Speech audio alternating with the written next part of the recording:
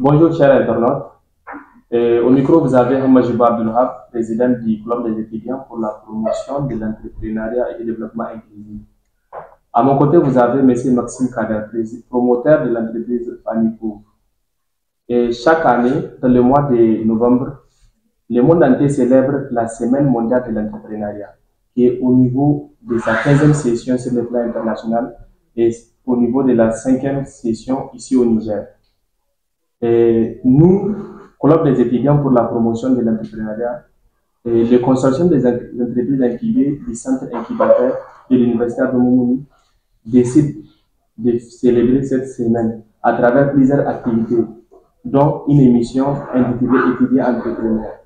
L'objectif de cette émission, c'est de mettre en lumière quelques rares étudiants entrepreneurs en vue de susciter une éveil entrepreneurial auprès de la majorité des étudiants de l'université en général et des jeunes. Monsieur Maxime, pouvez-vous vous présenter? Merci, Monsieur Abdelwahab. Je me nomme Maxime Kader, promoteur de l'entreprise Fanico et président du consortium des entreprises incubées au niveau du centre incubateur de l'Université Abdou. D'accord, ok, merci beaucoup, Monsieur Maxime. Merci beaucoup. Et maintenant, nous allons vous inviter à nous parler de votre parcours entrepreneurial en tant qu'étudiant. Et on vous invite à nous commencer dès le début. Voilà. Le parcours entrepreneurial que j'ai débuté, c'était dans les années 2016, quand j'ai commencé à entreprendre. En 2017, j'avais déjà créé une première entreprise dans le domaine de l'informatique qui très malheureusement n'avait pas marché parce que par manque d'expérience et de moyens. À cela, j'avais postulé à un appel à candidature lancé par BRVMN et le bureau de restructuration et de mise à niveau qui m'ont accompagné pendant presque un an. Et en 2019, quand j'étais arrivé au niveau du plan d'affaires, ils m'ont dirigé vers le centre incubateur de l'université qui, en ce temps-là, avait lancé un appel à candidature aussi pour les projets et donc que j'avais postulé. C'était sur une cinquantaine d'entreprises et il a été retenu 10 entreprises, les 10 meilleures entreprises. Et c'est de là que j'ai intégré le centre incubateur de l'Université Abdou pour mon idée de projet qui est la fabrication nigérienne de couveuses qui est Fanicouve. Et depuis 2019 à aujourd'hui, nous suivons le processus d'incubation. C'était la COVID-19 qui avait fait en sorte que l'incubation avait traîné. Mais malgré tous les obstacles, nous avons pu vraiment élaborer notre modèle économique, notre plan d'affaires et jusqu'à aussi à être lauréat au cours de certains concours. Merci beaucoup, Monsieur Maxime, promoteur de l'entreprise Fanico. Maintenant, on aimerait savoir quels sont les domaines d'activité de l'entreprise Fanico. Fanico intervient surtout dans le domaine de l'aviculture.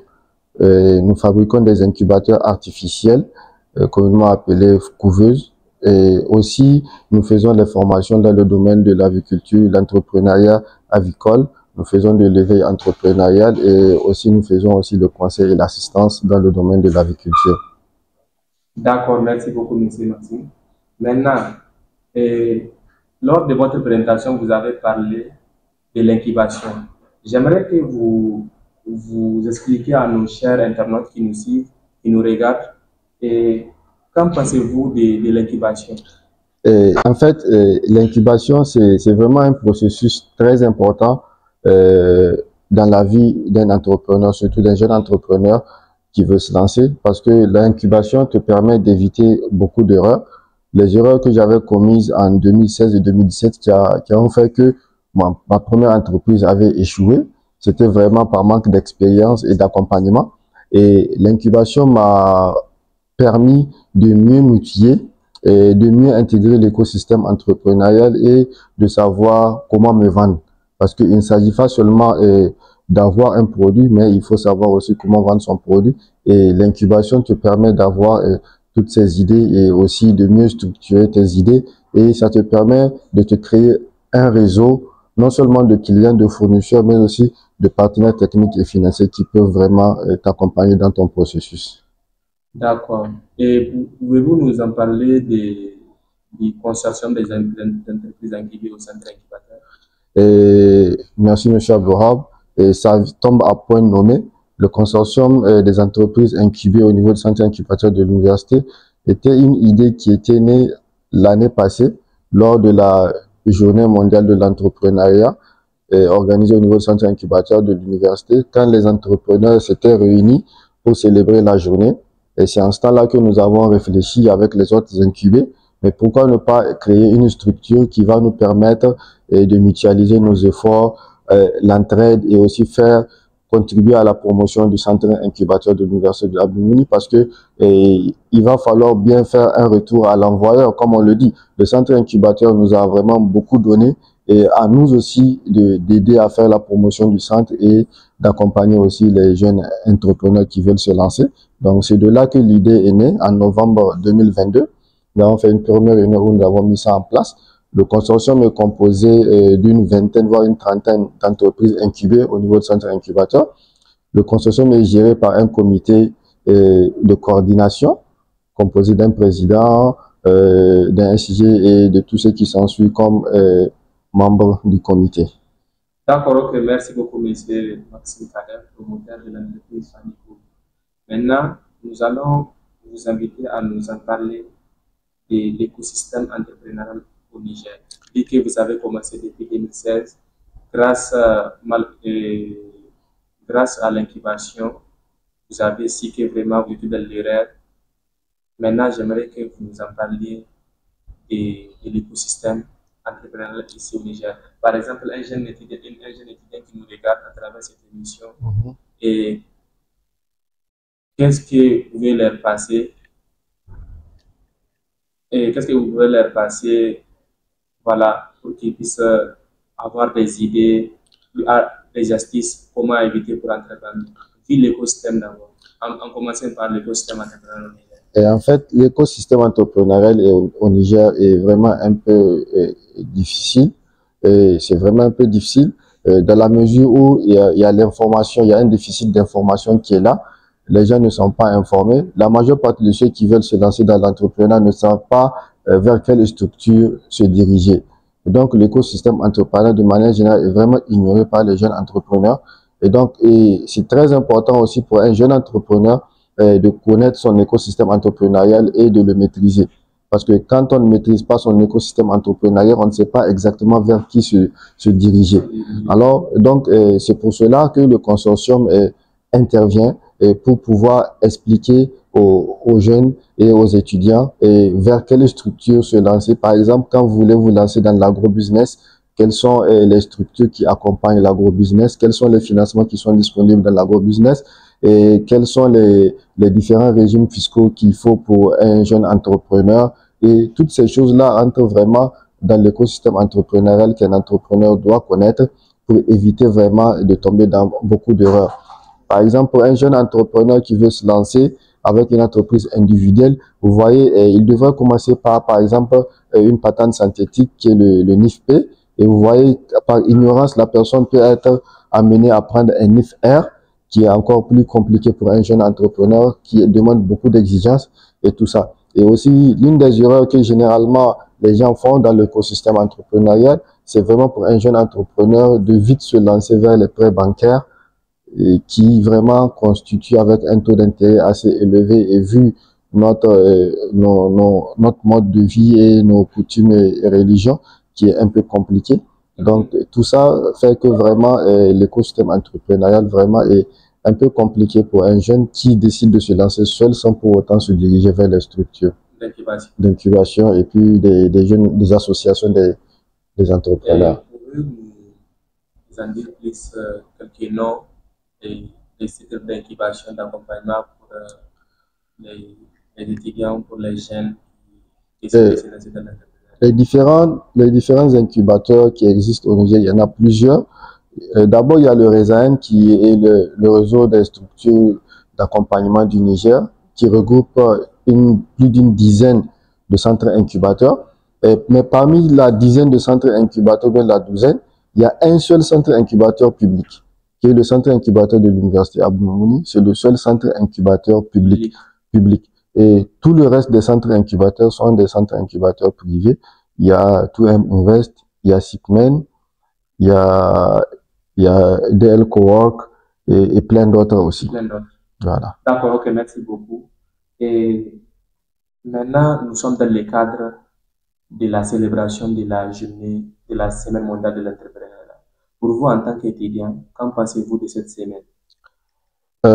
Cette semaine, je me dis que vu le thème qui a été choisi, je me dis que cette semaine vraiment tombe à point nommé, vu encore le contexte sociopolitique dans lequel végète le Niger. Vraiment, je crois que cette semaine est une opportunité pour les jeunes qui veulent se lancer dans l'entrepreneuriat, en particulier les étudiants, de pouvoir participer aux différentes conférences et activités qui sont organisées pour mieux s'outiller, pour mieux comprendre les enjeux de l'entrepreneuriat afin vraiment qu'on puisse relever le défi qui s'impose au Niger. Et merci beaucoup. Vous avez parlé du thème retenu. On aimerait savoir quel est le thème retenu pour la célébration de la Semaine mondiale de l'entrepreneuriat de l'année 2023. Et pour l'année 2023, le thème retenu, c'est les enjeux de financement, la résilience et ce qu'on appelle la solidarité nationale. Donc vraiment, je crois que c'est vraiment un thème qui n'est pas fortuit, c'est un thème qui vient à point nommé, qui a été bien réfléchi, parce que vous n'êtes pas sans savoir, depuis les événements du 26 juillet 2023, après le coup d'État, les embargos qui ont été, voilà, et vraiment, les jeunes entrepreneurs sont confrontés à beaucoup de difficultés, et donc il faut vraiment une très grande résilience pour faire face, et aussi vraiment il y a cet enjeu de financement qui bloque beaucoup d'entrepreneurs, et tout ça, c'est vraiment des questions sur lesquelles... Merci beaucoup, monsieur Maxime Kader, pour les différentes réponses et les éclaircissements. À présent, on vous invite à nous parler de vos réussites entrepreneuriales. Voilà, merci monsieur Abdoua. Par rapport aux réussites, je dirais que, alhamdoulilah, par la grâce de Dieu, et à travers l'accompagnement du centre incubateur, nous avons été lauréats lors de la deuxième édition de la compétition des plans d'affaires organisée par la Maison de l'entreprise du Niger. Et aussi, nous avons été lauréats deuxième place lors de du concours tremplin UMOA Startup, qui est un concours sous-régional, et nous avons été classés deuxième. Et aussi, nous sommes aussi lauréats de TUF Connect Tony et le Milou 2022. Donc, tout ça là vraiment rentre dans le cadre de nos réussites entrepreneuriales qu'on a eu à engendrer, mais aussi, sans oublier aussi vraiment les différentes recettes que nous avons pu réaliser, parce que en tant qu'entrepreneur, quand déjà ton activité permet de te prendre en charge, de couvrir tes charges fixes, et de prendre en charge ta famille et de te permettre de faire quelques investissements, je me dis que ça va. Donc, ça va. Si déjà nous pouvons, avant l'événement du 26, on pouvait arriver à des mois de faire 200 000, 300 000, voire deux fois jusqu'à 400 000 le mois. Donc, je me dis que vraiment, c'est déjà, c'est vrai, il y a des mois qui sont un peu difficiles. Et c'est ce qu'il faut comprendre en entrepreneuriat. Il y a des moments où vraiment vous gagnez beaucoup. Et il y a des moments où vraiment vous ne gagnez pas. Et donc, c'est ça qui fait un peu l'équilibre. Donc, vraiment, ça va. D'accord. Merci beaucoup, monsieur Maxime Kader. À présent, pour conclure, on vous invite à donner des conseils, des suggestions à nos jeunes étudiants qui hésitent à entreprendre ou bien qui n'ont pas l'intention d'entreprendre. Quels conseils donnez-vous à ces jeunes étudiants-là?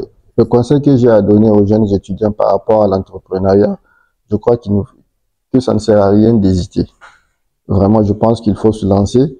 Mais l'un des conseils phares que j'aimerais donner aux gens, c'est surtout d'éviter de prendre tout ce qui va sur les réseaux sociaux par rapport à ce que les gens disent sur l'entrepreneuriat. Parce qu'il y a ce que les gens disent et il y a ce qui se passe sur le terrain. Et vraiment, c'est le terrain qui commande.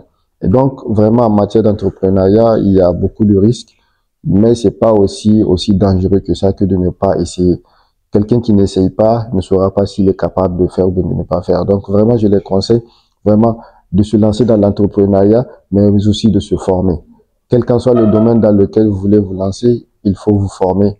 Il faut vous faire former, il faut vous approcher des structures d'accompagnement, des clubs de jeunes, et pour pouvoir vraiment être entouré afin de vous éviter vraiment des erreurs fatales qui peuvent vous décourager en plein parcours. D'accord, merci beaucoup. Et chers internautes, nous sommes à la fin de notre émission intitulée Étudiants entrepreneurs qui rentre dans le cadre de la célébration de la Semaine mondiale de l'entrepreneuriat, initiée par le Club des étudiants pour la promotion de l'entrepreneuriat et du développement inclusif, membre des clubs des étudiants francophones de l'Agence universelle de la francophonie et le consortium des entreprises incubées au centre incubateur de l'Université à Toulouse. À la prochaine émission.